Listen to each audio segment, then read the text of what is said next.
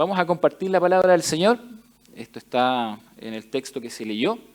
Dice ahí, hacia una nueva vida en Jesús, el verdadero arrepentimiento. Y vamos a hablar hoy de este concepto tan importante y al mismo tiempo tan en retirada como lo he dicho en otras oportunidades.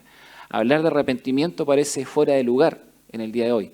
Hablar de arrepentimiento parece que incomoda o parece que no debiésemos usarlo porque finalmente las personas pueden sentirse afectadas de alguna manera, ¿cierto?, en su condición de seres humanos.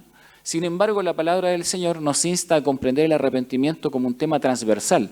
Toda la Biblia habla del arrepentimiento porque toda la Biblia habla del conflicto entre el ser humano y Dios en función del pecado y cómo éste nos aparta, ¿cierto?, de una relación adecuada con el Señor. Nos presenta también este conflicto que nace en el corazón del ser humano en términos de rebelión. El ser humano se rebela ante Dios y ante esto la respuesta del Señor sigue siendo acercarse a nosotros en base a su amor, pero que también tiene algunos parámetros que tenemos que entender. Y este pasaje del día de hoy algo nos va a hablar al respecto. ¿Bien? Recuerden que estamos en este contexto. ¿Se acuerdan de esta imagen? ¿Sí? Ya. Y de esa, a ver, más todavía, ¿cierto? Bien, hablamos de la muerte, la resurrección, lo vimos ahí en estos días de Semana Santa, y las predicaciones que tienen que ver con la evangelización que estamos tratando en el mes de abril están relacionados con esto, ¿sí? Con la muerte de Jesús y con su resurrección. ¿Recuerdan que vimos algunos elementos allí? Para recordar solamente, la muerte de Jesús y la resurrección nos recuerdan entonces esa obra preciosa de Dios que busca sacar a las personas de la condición de esclavitud, que provee redención, es decir, libertad, ¿cierto? Y que finalmente permiten una nueva vida. ¿Estamos todos de acuerdo en eso? Amén, ¿cierto? Bien, aquí estamos entonces. El contexto de todas las predicaciones tiene que ver con esto y finalmente esto es el Evangelio, ¿ven? Lo que Cristo ha hecho. Entonces hoy vamos a ver un lindo ejemplo de una persona que entiende este proceso y que pasa también por un proceso de arrepentimiento, para que nosotros también podamos contemplar esta experiencia y entender si el arrepentimiento es o no nuestro camino también. ¿Bien? Ok, vamos aquí con Lucas 19 del 1 al 10. Lo leímos, pero lo leemos nuevamente. ¿Se puede leer bien ahí? ¿Sí? Perfecto. Dice entonces, habiendo entrado Jesús en Jericó, iba pasando por la ciudad, y sucedió que un varón llamado Zaqueo, que era jefe de los publicanos y rico, procuraba ver quién era Jesús, pero no podía a causa de la multitud, pues era pequeño de estatura. Y corriendo delante, subió a un árbol sicómoro para verle, porque había de pasar por allí. Cuando Jesús llegó a aquel lugar, mirando hacia arriba le vio y le dijo, Zaqueo, date prisa, desciende, porque hoy es necesario que pose yo en tu casa. Entonces él descendió aprisa y le recibió gozoso. Al ver esto, todos murmuraban diciendo que había entrado a posar con un hombre pecador. Entonces Zaqueo, puesto en pie, dijo al Señor, he aquí, Señor, la mitad de mis bienes doy a los pobres, y si en algo he defraudado a alguno, se lo devuelvo cuadruplicado. Jesús le dijo, hoy ha venido la salvación a esta casa, por cuanto él también es hijo de Abraham, porque el Hijo del Hombre vino a buscar y a salvar lo que se había perdido. Qué lindo pasaje, ¿cierto? Oremos al Señor. Padre, en el nombre de Jesús, te pedimos que nos guíes con tu Espíritu Santo para poder ser personas que comprendan adecuadamente tu palabra y que esta palabra bendita obra en nuestras vidas de una manera especial, transforma nuestro ser por medio de ella y habla al corazón de aquel que aún no te conoce, Señor. Solamente tú tienes poder para transformar el corazón del ser humano. Y en esta hora, Padre, delante de tu presencia, queremos solamente compartir tu palabra y que seas tú quien obre poderosamente en el corazón de aquel que lo necesita. Señor amado, estamos delante de tu presencia con un corazón humilde, dispuestos a escuchar tu voz. Bendícenos en esta hora juntos como iglesia, como tu pueblo, Señor amado. En el nombre precioso y en los méritos de Cristo, nuestro Señor y Salvador. Amén. Amén. Bien. Cuando pensamos en esta historia tenemos que conocer algunos aspectos del contexto, ¿no? Cuando miramos a este hombre Zaqueo, es un personaje muy especial. Van a ver después, de alguna forma, que hasta incluso su nombre es un poco contradictorio, porque Zaqueo significa puro, ¿bien? O alguien transparente, que quiere decir alguien muy honesto, ¿bien? No sé, el nombre no pegaba mucho tal vez con las actitudes que él tenía o la forma en que desarrollaba su vida o su profesión, ¿sí? Para quienes ya conocen algo del contexto de un publicano. Pero bueno, para entenderlo hoy hay que entenderlo dentro del contexto de la estructura jerárquica del cobro de impuestos de aquel tiempo. Era un hombre, como dice el texto, que era publicano. Traducido a nuestro lenguaje actual, era un cobrador de impuestos. ¿Conocen alguno todo esto, no? ¿Hay algún cobrador de impuestos en medio nuestro? ¿No? ¿Para que sea retirado inmediatamente? No. ¿No? Bien, ok. Entonces, era un hombre que se dedicaba a cobrar impuestos, pero lo voy a explicar dentro de la estructura de aquel tiempo, ¿no? Para que tengamos un vistazo de su persona y de por qué eventualmente es una persona que requiere arrepentimiento o un encuentro con Dios. ¿Bien? En la estructura jerárquica de aquel tiempo, los primeros estaban, ¿cierto?, ahí tipificados como el emperador y la aristocracia reinante. El emperador y la familia eran los que recibían todos los recursos de todos los reinos que eran parte del gran imperio romano en aquel tiempo. ¿Sí? Desde ahí entonces iniciaba el cobro de impuestos y lo que ellos hacían era exigir un monto de dinero a cada uno de los reinos, de las tetrarquías también, ¿cierto?, de todas las subdivisiones administrativas con las que contaba el gran imperio romano. Todos tenían entonces que rendir impuestos a una subdivisión, después a la división más grande, finalmente llegando hasta el emperador. El emperador le ponía un valor a todos los reinos, ¿bien? Entonces a él le importaba que le llegara la cantidad que a él le correspondía, ¿bien? Eran extremadamente ricos.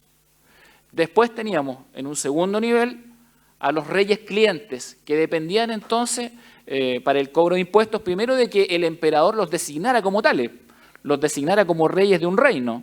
Entonces, esa dependencia que generalmente tenía que ver con personas de bastante cercanía, ¿cierto?, además hacía que estas personas también se enriquecieran mucho en el proceso. En algunos casos se respetaba a algún líder de la zona, por ejemplo, si era israelita, se permitía que fuera un israelita porque conocía mejor a las personas del reino y en la medida que los conocía mejor les podía cobrar adecuadamente. Era una estrategia, ¿bien? Y si no había una persona del perfil adecuado en ese reino en particular, entonces el imperio designaba lo que se conoce como un prefecto, ¿bien?, que cumplía exactamente el mismo rol. Así es que tenemos el emperador, la aristocracia reinante, después tenemos a los reyes clientes y prefectos en un segundo nivel, y después teníamos a los jefes de recaudadores. ¿Bien? Estos estaban a cargo de una zona bastante amplia. Eran personas de extrema confianza, con respecto a los reyes clientes y a los prefectos. Eran personas designadas para esta función porque además tenían ciertas cualidades particulares que permitían asegurar el ingreso para los reyes clientes, para los prefectos y por tanto para el emperador. Así que eran elegidos, pero con lupa, ¿bien? Y alguna de las características de estas personas es que fueran de alguna manera insensibles frente a ciertos dolores personales, ¿cierto?, y la necesidad de la gente, porque en realidad ellos tenían que generar cobros que les voy a mostrar ahora, tendían a ser bastante abusivos. Pero ellos eran los jefes de los recaudadores y además tenemos a los recaudadores como tal, a los cobradores. ¿Bien? El jefe de los recaudadores además tenía el apoyo del imperio de tal forma que si alguien no quería pagar podía hacer uso de la fuerza. Sabemos por la historia bíblica que una persona que era recaudador de impuestos es Mateo o Leví, ¿cierto? Pero él era recaudador. Dentro de esta línea jerárquica estaría al final, ¿bien?, como a cargo de una zona, o tal vez puede ser de algún pueblo pequeño. Se piensa que era el que estaba a cargo de Capernaum, ¿cierto? Pero el señor de la historia, de acá, el que acabamos de leer en Lucas, era un jefe de recaudadores. ¿Bien? Entonces, él era como el director, no quiero mencionar la institución, pero ustedes saben a cuál me refiero, ¿cierto? Ya, era como el director de ahí. ¿Bien? El director de los cobradores de impuestos, de una zona bastante amplia. Entonces, esa persona en particular tenía la posibilidad, siempre había la posibilidad, ¿no?, de hacerlo con un grado de decencia, vamos a decir. Es decir, podía cobrar adecuadamente y no enriquecerse de una forma incorrecta. Pero cuando se enriquecía demasiado era porque probablemente estaba haciendo cierto uso de la fuerza y de la coacción para obtener dinero de una manera totalmente abusiva. ¿Bien? Así es que más bien podemos pensar el caso de este cobrador de impuestos o de este jefe de recaudadores, porque la expresión que se usa con él es que era una persona rica, pero ahí la expresión en griego dice plenamente rico, o sea, muy, muy rico. ¿Bien? Entonces, para que llegase a ese nivel, evidentemente había algo detrás de todo esto. ¿Bien? Así que ahí está la estructura jerárquica, pero además habían algunas condiciones para el cobro de impuestos. En aquel tiempo la relación no era como hoy, ¿no? En regiones, estados, países, era más bien la relación entre imperio y estados vasallos, los estados que eran dominados. Y en ese tiempo Israel era un estado dominado por el Imperio Romano, por lo tanto el pago de impuestos era absolutamente obligatorio. Quiero decir además que el pago de impuestos ha sido una costumbre a través de la historia, y cuando se hace en términos correctos no es algo necesariamente negativo, sino que es parte de los procesos administrativos de todo país. Nosotros, por ejemplo, estoy seguro que todos pagamos nuestros impuestos con felicidad, gozo y alegría.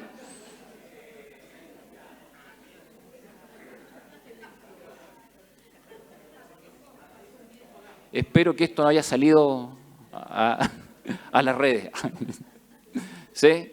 Bueno, estados vasallos, ¿no? En aquel tiempo estaba la división administrativa, ya lo dijimos, y aquí hay un tema bien particular. El recaudador era libre para exigir un determinado monto de impuestos. ¿Bien? O sea, lo que él tenía que garantizar era el ingreso a su superior directo. Pero para hacerlo, entonces él también tenía la flexibilidad. ¿Por qué? Porque no le pagaban un sueldo. Él se hacía el sueldo. ¿Ven? Entonces, el sueldo se lo hacía con el excedente de los impuestos que cobraba.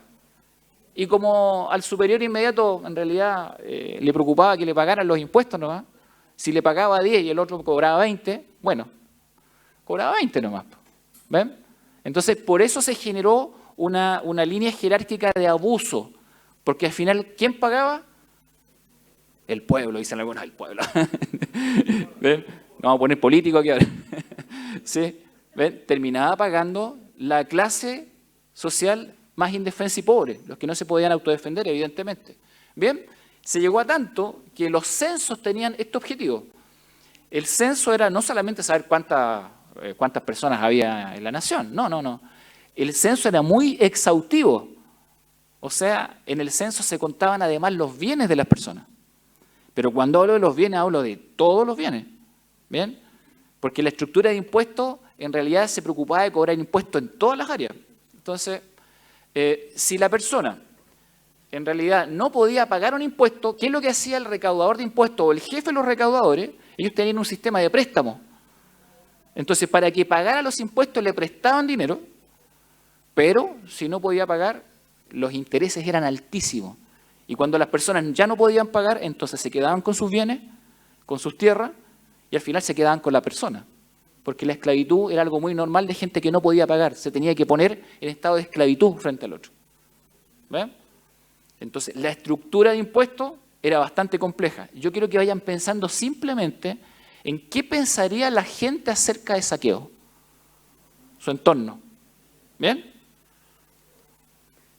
Algunos tipos de impuestos de aquel tiempo. Habían dos tipos de impuestos, los directos y los indirectos. Voy a mencionar ahí, hay muchos más, pero con estos dos va a ser suficiente para poder ilustrar. En los directos tiene que ver con los impuestos a las personas y a los bienes en aquel tiempo. Había impuestos a las propiedades, había impuestos por los jornaleros, o sea, la gente que tenía trabajadores a cargo, esas personas tenían que pagar un impuesto por cada jornalero, pero el impuesto no lo pagaba el que contrataba, se lo sacaban a la persona de su jornal. Es decir, la persona tenía que pagar por trabajar, ¿bien? Un impuesto por trabajar. Si alguno cree que la está pasando mal, ahora mira esto. Chao, dicen algunos. Esas expresiones pueblerinas, ¿no? No. Bien. Entonces, mire, dice así. Había impuestos a los jornaleros. Había impuestos a la producción de alimentos. Porque la gente producía de todo tipo de alimentos. Eran culturas agrícolas también, ¿cierto? Entonces, por cada alimento que producía tenía que pagar un impuesto. Si tenía olivos, pagaba por los olivos. Si tenía cebada, pagaba por la cebada. Y lo que producía de allí también. Bueno, tenía impuestos por los animales y estaban diferenciados. O sea, si usted tenía un caballito, pagaba por el caballo, un camello por el camello. ¿Ven? Un burrito por el burrito. ¿Se acuerdan del burrito de la otra historia? Pagaba impuesto al burrito, pues, hermano. ¿Ven? ¿Ven? Si usted tenía un hijo primogénito, obviamente el primer hijo, para todos los que tenían hijos, todo el mundo tenía hijos, tenía que pagar un impuesto por el hijo primogénito. E incluso tenía que llevar el impuesto al templo porque tenía que pagar como un tipo de rescate por el primogénito. ¿Ven? No es que lo llevara y lo dejara allá, pero era un tipo de impuesto, ¿cierto? Para poder, de alguna forma, hacerse cargo del primogénito. Y también había un impuesto fijo anual. No importa si le iba bien, no importa si le iba mal, tenía que pagar una cantidad de dinero al año. ¿Bien? Ok.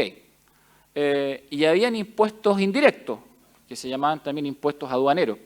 Había impuesto por el uso de las carreteras romanas, ¿cierto? Si ustedes creen que el TAG es algo nuevo, hermano, no.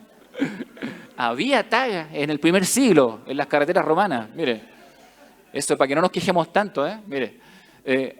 Había un cobro por el uso de los puentes, un cobro por el uso de los puertos, un cobro por el uso de los medios de transporte. O sea, se pagaba por tener un animal y si se usaba para transporte, entonces se pagaba un impuesto por el uso del animal como transporte. Se pagaba por la carreta. Si usted tenía una carreta, pagaba un impuesto por usar una carreta, porque la carreta tenía que usar la carretera. Claro, como los vehículos hoy, ¿no? ¿Ven? Exactamente lo mismo. Y había también un impuesto por el uso del agua y de los acueductos, que también eran propios del mundo romano. Estoy simplemente haciendo un resumen de los impuestos que toda persona tenía que pagar. ¿Bien? De todo esto, en esa amplia zona de Jericó estaba a cargo Zaqueo. ¿Bien? Entonces él tenía el registro de todas las personas para que el cobro fuese el que debía ser. El contexto del cobro, entonces, se dice que los impuestos significaban entre un 30 y un 40% de los ingresos de una persona. Yo creo que hoy en día, en nuestro caso, debe andar por ahí, ¿cierto? ¿No? ¿Más, dice? ¿Menos? Menos. Iván es el experto acá. Iván, ¿cuánto más o menos será? 20, 25%. ¿Sí? Algunos en promedio. ¿Por allá? ¿Sí? Le cobraban a todo el mundo. Sí. Ok. Bueno, ahí quedaron discutiendo los que les gusta hablar de impuestos. Ahí está. Bueno, entonces, ¿cuál es el contexto peor de esto? No es solamente el alto monto de los impuestos, y además que era transversal en todas las áreas de la vida, sino que estaba en un contexto de empleos muy precarios, donde el 90% de las personas vivían en condición de pobreza. ¿Ven? Entonces, la opresión era tremendamente compleja. El reclamo por los impuestos derivaba en rebeliones, que muchas veces tenían que ser sofocadas con el respaldo del ejército de Roma. Obviamente la gente llegaba a un punto donde ya se cansaba y tenía que intervenir el Imperio Romano. Así es que esta es la realidad de lo que allí está ocurriendo. Una descripción breve, pero que de alguna forma nos ayuda a conocer el contexto, ¿no? Entonces el caso de Zaqueo es bastante difícil, porque él era el jefe de los recaudadores de impuestos. No es cualquier persona. Es una persona que vive en esta práctica todos los días. Es una persona que sabe y conoce la vida de muchos de los que están allí y que probablemente ha abusado, ¿cierto?, de la condición de pobreza de muchas de las personas de su ciudad. Así es que la opinión que puedan tener los habitantes de Jericó con respecto a esta persona, tienen ustedes que entender que debe haber sido tremendamente negativa. Tremendamente negativa. Y además, que el nombre de él significara puro, transparente y honesto. ¿Se imagina la cantidad de bromas que tienen que haber hecho a espaldas de Zaqueo? ¿Sí? Claro. Entonces, tenemos a un hombre plenamente rico, pero además una persona, a raíz de lo mismo, separada de su familia y de sus amigos. ¿Ven? Claro. Él escaló en la posición social, pero eso a veces tiene costos. Entonces, separado de su familia y de sus amigos, declarado impuro. Eso significa que él no podía participar de las reuniones religiosas. La gente no quería estar con él y muchos consideraban probablemente que tocarlo ya era motivo de contaminación. Así es que sí, estaban todos obligados a pagarle los impuestos, pero nadie estaba obligado a darle la mano y nadie estaba obligado a tratarlo bien. Ahora, él básicamente aceptó este estilo de vida para vivir la vida que él creía que era buena y que era correcta. Una persona plenamente rica, extremadamente rica, llena de bienes materiales, pero carente de otros aspectos. A tal punto llegó una mirada negativa hacia aquellos que eran cobradores de impuestos, que son utilizados muchas veces, incluso por el mismo Jesús, como un ejemplo negativo. Miren, dice ahí, porque si amáis a los que os aman, ¿qué recompensa tendréis? ¿No hacen también lo mismo los publicanos? Jesús lo está usando como un ejemplo negativo. ¿Ven? Y eso aparece muchas veces en la Escritura. Miren, por tanto, si tu hermano peca contra ti, ve y repréndele estando tú y él solo. Esta es la enseñanza de Jesús. Dice, si te oyere, has ganado a tu hermano. Mas si no te oyere, toma aún contigo a uno o dos, para que en boca de 2 o 3 testigos conste toda palabra. Si no los oyere a ellos, dilo a la iglesia. Y si no oyere a la iglesia, tenle por gentil y publicano. O sea, eran como el ejemplo de la persona más negativa de la sociedad. Y Jesucristo mismo los utiliza como ejemplo negativo. O sea, si esta persona no se arrepiente, no quiere someterse al Señor, tenlo por publicano. Eso lo entendía todo el mundo, porque todos sabían que un publicano era una persona despreciable para la gran mayoría de la sociedad. ¿Ven? Entonces, este es Zaqueo.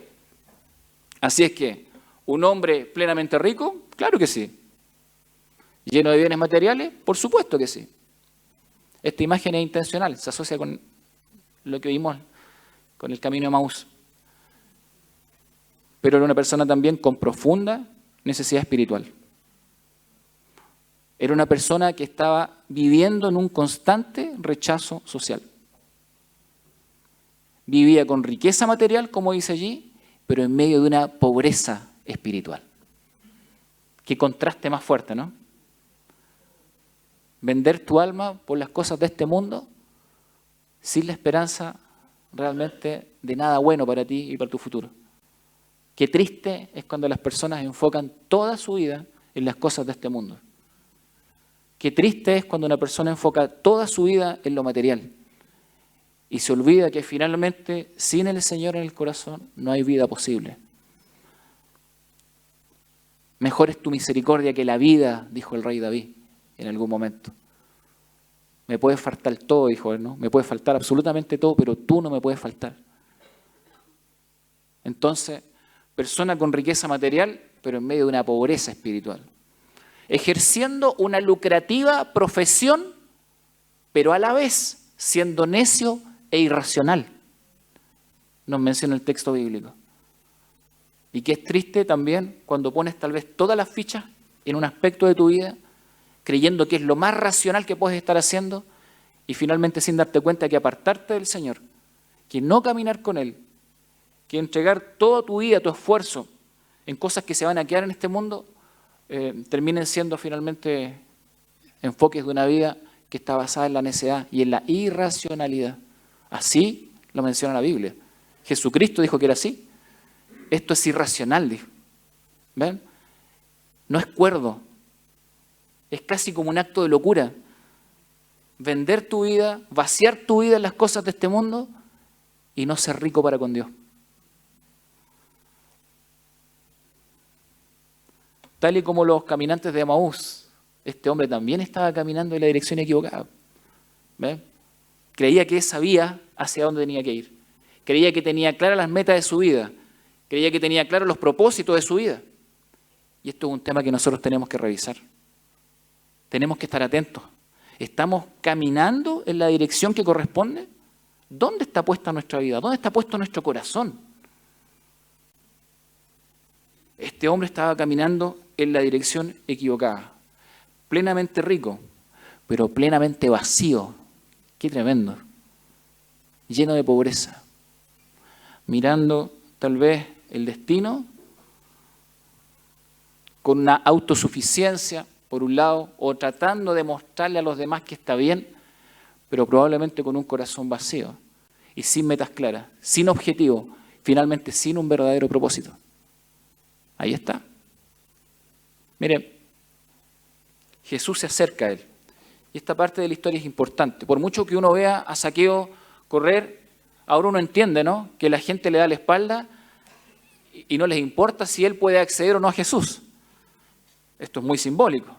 La gente le da la espalda, no quieren que él tal vez se acerque, no les importa, no les interesa. El hombre tal vez intenta pasar en la multitud, pero la gente no quiere estar con él. Lo bloquean, le bloquean el paso. Él toma la iniciativa, sube al árbol porque sabe que Jesús va a pasar por allí. No es el esfuerzo de él, es más bien lo que Jesús quiere hacer en el corazón de esta persona. Y eso sí que me llama tanto la atención y siempre disfruto la forma en que Jesús se acerca a aquel que no lo conoce. Entonces Jesús le sale al camino, porque Jesús elige pasar por allí. Él podía pasar por otro lugar, elige pasar por allí. Y en medio de tantas personas, elige mirar a este hombre, el peor de todos, el que a ojos del resto del mundo no merece absolutamente nada, el que está acostumbrado a ser el objeto del desprecio. Él está allí arriba del árbol. Y entonces Jesús lo mira y le dice algo tan significativo. Zaqueo. ¿Saben ustedes que saber el nombre de alguien en el contexto oriental es muy, muy importante? Tiene que haberse sorprendido. ¿Cómo sabe mi nombre? ¿Cierto? Porque la gente ni nombraba siquiera a los jefes de recaudadores. Eran gente indeseable. Y el maestro, el rabí, no solamente se dirige a él, le habla en términos íntimos y lo llama por su nombre. ¿Recuerdan ese pasaje donde Jesucristo dice que mis ovejas conocen mi voz? ¿Se acuerdan eso? Él no lo sabe todavía, pero él va a ser una oveja de Jesús. No lo sabe, pero ahí está. Y escucha su nombre de boca del maestro. Y el maestro le dice, Zaqueo. Toda la multitud está ahí. Y la gente empieza a murmurar. ¿Sí? Pudiendo mirar a tantos, pudiendo hablarle a tantos, se dirige al peor de los peores. Se dirige al que no lo merece. Entonces dice, date prisa, desciende, porque hoy es necesario que pose yo en tu casa. Mire, hay muchas personas que escuchan esto de parte de Jesús. Ahora quiero posar en tu casa. Ahora quiero hablar contigo. Ahora quiero que dialoguemos. Ahora quiero que enfrentemos esta situación. Ahora quiero que hablemos de tus problemas. Y mucha gente vez tras vez le da la espalda al Señor. Si hay algo hermoso en esta historia, es que este hombre, seguramente con un corazón muy endurecido por toda su experiencia de vida, aquí está y acaba de escuchar su nombre de boca de Jesús. Y entonces responde. Dice ahí, él descendió a prisa, ¿ven? Respondió a la petición de Jesús. Ni siquiera es petición, es casi una orden, ¿no? Pero miren cómo se somete, miren cómo somete el corazón. El sometimiento a la persona de Jesús comienza aquí. Ahora quiero hablar contigo. Y de hecho Jesús se hace el invitado a la casa, ¿no? ¿Sí? Dice, quiero ir a tu casa. Quiero conversar contigo. Es necesario que yo me hospede en tu casa. ¿Cuántas personas han escuchado eso y le han dicho que no al Señor? Es necesario que yo me hospede, que viva en tu casa, que esté contigo. ¿Cuántos le han dicho que no?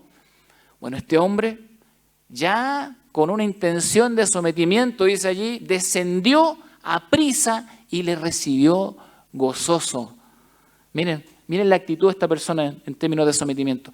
Le recibió gozoso, claro, él está recibiendo una atención que nadie más le iba a dar nunca. No hay ningún maestro en ese tiempo que se hubiese siquiera acercado a una persona como él. Y el Señor se acerca y le habla con intimidad y le dice que quiere estar en su casa. Da 2 o 3 pasos mucho más allá de lo que cualquier maestro de su tiempo hubiese dado. La iniciativa es del Señor. Él toma la iniciativa. Después podrá responder todo lo que responda Zaqueo, pero el que toma la iniciativa es Jesús. Él le sale al camino, él lo va a buscar. Jesús le habla con intimidad. Jesús le dice, quiero ir a tu casa. La respuesta de la multitud, todos murmuraban, diciendo que había entrado a posar con un hombre pecador. Bueno, Qué bueno que a Jesús no le importaba mucho este comentario, ¿cierto? Y gracias porque lo hizo así con nosotros también. ¿Qué habrán conversado aquí, miren, en esta parte? No sabemos. ¿Qué conversó Jesús con él? Sí tenemos un caso paralelo de una persona rica y ese diálogo está. Y sabemos que algo así probablemente habló Jesús con él, ¿sí? Con una respuesta distinta, pero un diálogo probablemente muy parecido. ¿Se acuerdan el caso del joven rico? ¿Sí? Bueno, él dice los mandamientos sabes, cuando él le dice que cumple todos los mandamientos y habla con él. ¿Qué más me falta? ¿Qué más tengo que hacer? Los mandamientos sabes, le dice Jesús, no adulteres, no mates, no hurtes, no digas falso testimonio, no defraudes, honra a tu padre y a tu madre. Y él dice, maestro, todo esto lo he guardado desde mi juventud. Entonces Jesús mirándole le amó. Miren esa frase. Esa misma mirada, y estoy pensando en recaudadores de impuestos que aparecen en las Escrituras, como el caso de Leví y Mateo, creo que es exactamente la misma mirada. Una mirada de amor, sí. Jesús mirándole le amó. Amó a este joven rico. Amó a Mateo, a Leví. Amó a Zaqueo. Un amor que nadie podía entender y nadie más podía dar. Ahí está. Y él le dice, entonces, ¿no? Una cosa te falta, anda, vende todo lo que tienes y dalo a los pobres y tendrás tesoro en el cielo. Y ven, sígueme tomando tu cruz. Aquí sí quedó el diálogo. Miren, aquí hay una cuestión muy importante. El hecho de que Jesús ame a una persona no significa que le va a evitar el proceso del arrepentimiento. Muy por el contrario, el amor del Señor incluye la necesidad que la persona confiesa sus pecados y muestre arrepentimiento. Si no hay arrepentimiento, no puede haber un camino de salvación. Hay gente que confunde el arrepentimiento con el remordimiento, seguramente lo han escuchado antes. Hay gente que siente dolor cuando hace algo que está mal. Pero una cosa es sentir dolor por algo que está mal y la otra es cambiar. Y la otra es entregarle la vida al Señor para que transforme mi ser. Entonces este joven se encuentra con esta realidad, ¿cierto? Jesús lo miró con amor, pero eso no evitó que lo confrontara y que le invitara a un verdadero arrepentimiento para que mostrara dependencia de Dios y no en lo que él había construido en el curso de su vida. No, le dice, sé que confías en mí ahora, mientras tienes la cuenta bancaria llena. ¿Vas a confiar en mí si la cuenta bancaria está vacía? Vacía la cuenta y ven y sígueme. No es una prueba de plata, es una prueba de confianza. ¿Estoy dispuesto a confiar en el Señor en las circunstancias más complejas y difíciles de la vida? Entonces le dice, además, porque la invitación del Señor se dan cuenta que no la adorna para nada, ven, sígueme tomando tu cruz. Conocer al Señor implica confesión, implica arrepentimiento e implica, por tanto, una transformación de la vida que el Señor Jesucristo hace posible cuando le entregamos nuestro corazón y nuestro ser a Él. Él lo hace posible. Bueno, la respuesta de este joven es, afligido por esta palabra, se fue triste porque tenía muchas posesiones. ¿Ven? La respuesta de él la conocemos. Se negó. Se negó. Mire, esto dice en Juan, falta una J y me disculpan. En primera de Juan 1, del 8 al 9 dice así, si decimos que no tenemos pecado, nos engañamos a nosotros mismos y la verdad no está en nosotros. Si confesamos nuestros pecados, Él es fiel y justo para perdonarnos los pecados y para limpiarnos de toda maldad. Esto significa entonces que hay una necesidad de confesar el pecado, una necesidad de arrepentirse delante del Señor. Nada podemos ocultarle a Él y sin embargo tenemos la tendencia a querer ocultarlo, ¿no?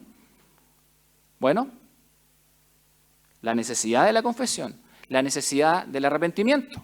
Esto es el corazón de lo que Jesús comenzó a enseñar. Jesús comenzó a predicar y a decir, arrepentíos porque el reino de los cielos se ha acercado. El corazón del mensaje de Jesús, arrepiéntanse, arrepiéntanse. Y arrepentirse significa un cambio operado por el Señor, la misma persona, que necesita un cambio profundo de vida. Arrepentirse, la palabra griega es metanoia, ¿cierto? Que significa un cambio en todo el ser. Un cambio que el Señor opera en la plenitud de la vida de alguien. Es decir, el Señor puede transformar la manera de pensar. La autosuficiencia humana tiende a decir que nosotros tenemos todas las respuestas y de alguna forma podemos rivalizar con las respuestas que Dios ha dado. Sin embargo, es imposible, ¿cierto?, confrontar a Dios sin finalmente ver que nuestra alma quede en la nada. Arrepentirse significa un cambio en la manera de pensar. ¿Ven? Un cambio en la manera de pensar. Pero también significa un cambio en la manera de sentir. Es la totalidad. Metanoia viene de un concepto más profundo en griego que es nous, que significa eso, la totalidad del ser. La mente, los sentimientos y la voluntad. La totalidad del ser. Es decir, cuando el Señor Jesucristo obra en la vida de una persona que ha confesado sus pecados, que se ha arrepentido, entonces esto es lo que se produce. Por tanto, de ahí en adelante, esa persona puede vivir una vida nueva porque Cristo hace posible esa vida nueva. Las debilidades que lo esclavizaban hoy quedan sometidas delante de la presencia del Señor y el Señor entonces transforma absolutamente todo, la manera de pensar, la manera de sentir y por tanto transforma también los propósitos y la buena voluntad en la vida de esa persona. El Señor cambia la vida, queridos hermanos. El Señor transforma el ser. Por lo mismo, el Evangelio implica esta transformación. Hoy en día se ha suavizado mucho el concepto del Evangelio, lamentablemente en términos negativos para las personas. Hoy se habla mucho simplemente de aceptar a la gente, tal y como son, sin necesidad de transformación. ¿Dice eso el Evangelio? En ninguna parte dice eso. Lo que está diciendo es que todas las personas tienen que llegar a los pies del Señor, con sus necesidades, con sus conflictos, y mostrar entonces un corazón arrepentido. Sí, Señor, no tengo todas las respuestas. Qué buenos somos para construir todas las respuestas, ¿no? No tengo todas las respuestas, Señor. Necesito que de ti venga entonces la respuesta para encaminarme en la vida correctamente. Miren, Zaqueo, y volvemos a la historia de él, algo escuchó de todo esto. No tenemos exactamente lo que allí ocurrió, pero por los pasajes paralelos sabemos que el Señor le habló de arrepentimiento. Y dice acá, entonces Zaqueo, puesto en pie, dijo al Señor, he aquí, Señor. Usa la palabra Kyrios, que es en griego Señor. ¿Ven? Miren cómo cambia la percepción de la persona de Jesucristo. Aquí hay un hombre sometido plenamente. He aquí, Señor, la mitad de mis bienes doy a los pobres. Tenía mucho seguramente, ¿no? La mitad de mis bienes doy a los pobres. Eso era pasarlo a la limosna para que fuese repartido. Y después dice, ¿y si en algo he defraudado a alguno? Seguro que sí. Se lo devuelvo cuadruplicado, incluso superando la ley de la restitución que era menor. Él está dispuesto a ir más allá para que los demás también puedan entender que hay un verdadero arrepentimiento. ¿Cambió la manera de pensar de este hombre? Él le entregó su vida al Señor e inmediatamente cambió su manera de pensar. Estos simplemente son las primeras evidencias y los primeros frutos de ese cambio, pero ya resulta ser tremendamente impresionante. Claro, ¿cuántas otras cosas vinieron después? Este es el primer paso en la vida de él. En este instante, en ese momento, miren, hay gente que a veces tiene un proceso más largo, ¿no? Yo recuerdo un hermano, y el Señor, gracias a Dios por él, que a veces responde tan profundamente a necesidades concretas. Recuerdo un hermano que estaba viviendo en el alcoholismo, una persona que no era cristiana, muchos años viviendo en el alcoholismo. Y él recuerda que ya un poco ebrio, incluso fue a una reunión y estando allí escuchó el mensaje del Evangelio. Ese día él le entregó su vida al Señor. Y allí le pidió que el Señor lo sanara del alcoholismo. Cuando yo lo conocí, él era el encargado de obra de un local. Y llevaba 37 años sobrio. Y él dice, yo no sé y entiendo que esto no funciona para todas las personas exactamente igual, dice él. Pero ese día el Señor me sanó del alcoholismo y yo nunca más volví a beber un trago de alcohol. Nunca más. 37 años de sobriedad. Ese fue un milagro que el Señor operó de acuerdo a la necesidad de nuestro hermano en ese instante. Cuando uno mira eso, ¿hay milagros similares? Claro que hay milagros similares. Cuando uno ve la vida de Zaqueo, lo que estamos viendo acá, queridos hermanos, es justamente un milagro profundo. El Señor está sanando la forma de pensar de Zaqueo, lo está transformando. Y en esta primera reacción, a minutos seguramente de haberle entregado su vida al Señor, él ya está diciendo: Señor, la mitad de mis bienes doy a los pobres y si en algo he defraudado a alguno, se lo devuelvo cuadruplicado. Ya es su primera reacción que nos muestra cómo está cambiando el corazón de este hombre. Y esa transformación y ese cambio del corazón es posible hoy también. Es posible hoy. Porque el Señor cambia la vida. Porque el Señor sana la vida de las personas. Porque el Señor transforma la manera de pensar. Jesús lo dijo. Y Él mostró que el arrepentimiento se hacía evidente en cosas concretas. No es simplemente una cuestión filosófica, no, es real. El Señor transforma la vida de las personas y Jesús dice entonces: hoy ha venido la salvación a esta casa. ¿Ven cómo traduce este cambio, este fruto, en un concepto tan maravilloso como la salvación? Hoy ha venido la salvación a esta casa. Por cuanto Él también es hijo de Abraham, dice Jesucristo, reconocido como el padre de la fe, ¿cierto? Entonces, en ese sentido, hijo de Abraham, aquel que ha ejercido fe delante del Señor, este hombre también le ha creído al Señor. Este hombre también entonces ha confesado sus pecados delante del Señor. Este hombre también se ha arrepentido delante del Señor. Este hombre también puede ser llamado un hombre de fe, queridos hermanos. Un jefe de recaudador de impuestos que ahora puede ser llamado un hombre de fe. ¿Qué le parece? ¿Es esa transformación? Es la transformación que el Señor puede y de hecho realiza en la vida de las personas que creen y confían en Él. Y aquí agrega el Señor: porque el Hijo del Hombre, refiriéndose a sí mismo, vino a buscar y a salvar lo que se había perdido. Y esto es un tremendo golpe al orgullo del ser humano. Jesucristo lo dijo en otros términos también. Dice: yo vine a los que están enfermos, no vine a los sanos. Entonces la pregunta es: ¿cómo nos consideramos delante de Dios? El corazón orgulloso del ser humano le va a decir que no necesita a Dios, por tanto no necesita salvación, por tanto no está perdido. Otros van a decir: yo estoy bien, así como estoy, no necesito a Dios, estoy sano. Jesucristo dijo: yo he venido a buscar y a salvar lo que se había perdido. Y aquí entonces se requiere humildad en el corazón del ser humano. Señor, estoy perdido. No tengo propósito. Las metas de mi vida no están claras.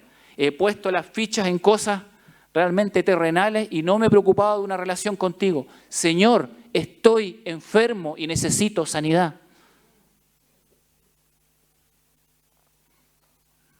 Si alguien cree que le puede ocultar algo al Señor, ¿no? El que encubre sus pecados no prosperará, dice la Biblia. Mas el que los confiesa y se aparta, alcanzará misericordia. ¿Ve? La necesidad de la confesión y el arrepentimiento. ¿Cuántas personas viven así como la imagen? Guardando una y otra cosa, abajito de la alfombra. ¿Cómo estará la alfombra, no? Bueno, hablamos después del culto, hermana. Casos personales atendemos después de la reunión. Miren, el que encubre sus pecados no prosperará. Quiero decir una cosa, no significa que no prospere económicamente, pero el concepto de prosperidad de la Biblia va mucho más allá de las cuestiones materiales. Es decir, que una persona puede ser tremendamente próspera en lo económico, pero tremendamente pobre en lo espiritual. ¿Ven? Y todo lo que se queda aquí, queridos hermanos, no nos sirve absolutamente de nada para la eternidad. Y a esas personas la Biblia las trata como totalmente pobres y carentes de propósito. Así es que el que confiesa, el que se aparta, arrepentimiento, alcanzará misericordia. Así es que aquí estamos hoy. Podemos vernos ante la imagen de esta escena tan maravillosa. y escuchar la voz del Señor. Usted hoy puede escuchar la voz de Jesucristo e irse a la casa exactamente como se vino. Y decir simplemente, yo estoy sano, tengo las cosas claras, no necesito a Dios. Sí, se puede ir así. Y probablemente la manera de pensar no va a cambiar absolutamente en nada respecto de Dios. Por otro lado, puede dar un pequeño paso, pero que es un paso profundo y grande. Y es decirle al Señor, Señor, mi vida no está bien, mi vida no tiene propósito, aunque no lo reconozca delante de los demás, tengo una profunda necesidad espiritual, necesito la respuesta que viene de ti. Señor, estoy enfermo. Los demás no lo saben, pero estoy enfermo. Los demás no lo ven, pero estoy enfermo. Necesito la sanidad que viene de ti. Necesito que cambies mi manera de pensar, mi manera de sentir, mi manera de entender la relación contigo. Y esta imagen de Apocalipsis es preciosa, porque creo que Jesucristo lo sigue haciendo todos los días, tal y como lo hizo con Zaqueo cuando le dijo, yo quiero ir a tu casa. ¿Ven? Así le dijo, quiero ir a tu casa. Y Jesús está diciendo exactamente lo mismo hoy. Miren eso, he aquí, yo estoy a la puerta y llamo. Si alguno oye mi voz y abre la puerta, entraré a él y cenaré con él y él conmigo. Jesús está tocando la puerta de tu corazón. Jesús está tocando la puerta.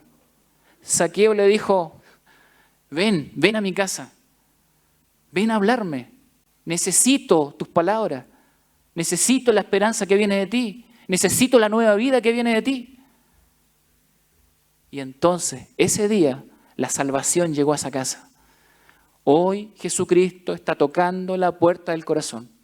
Una vez más lo está haciendo. Te puedes ir a la casa tal y como viniste. O tal vez le puedes decir al Señor, sí Señor, ven a mí, anda a mi casa, comamos juntos, conversemos. Tengo cosas que decirte. Necesito confesar, necesito arrepentirme y necesito la nueva vida que solamente tú me puedes dar. Vamos a orar delante de la presencia del Señor.